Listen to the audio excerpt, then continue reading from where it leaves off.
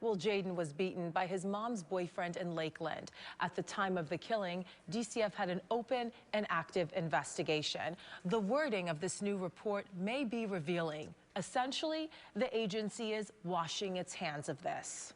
You don't continue to make excuses after excuses. That's how you lose lives. 2 people are charged in connection with the death of 2-year-old Jaden Hines, Jaden's mom and her boyfriend. But Jaden's dad, Rashad Hines, says the Florida Department of Children and Families needs to be held accountable too.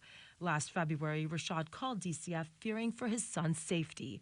Less than 2 months later, the toddler was dead. Now, in a new report, DCF admits caseworkers could have done more.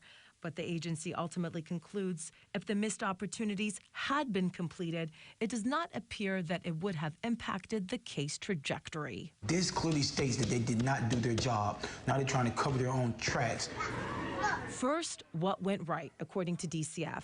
After getting a complaint, immediately the caseworker met Jaden. He was dressed well, with no marks or bruises. The 2-year-old interacted positively with his mom, who passed a background check, and her boyfriend. What's more, a month later, the caseworker talked with Rashad, who said at that time he had no safety concerns. Next, what went wrong, or what DCF refers to as missed opportunities. Jaden's grandparents were not interviewed. Others who could provide insight were not interviewed.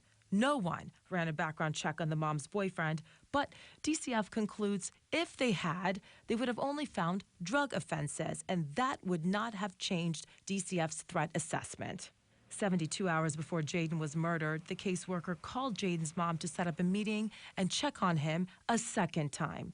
That meeting, that Rashad says could have made all the difference, never happened. And they would have intervened and seen his reaction when he had to go with his mom. They would have said, hey, no, this is a red flag. If you don't do your job and you don't do things the right way, you can't say, okay, this wouldn't have saved my son's life, because you do not know. While DCF is not taking responsibility for Jaden's death, they say they have updated their policies, procedures, and training.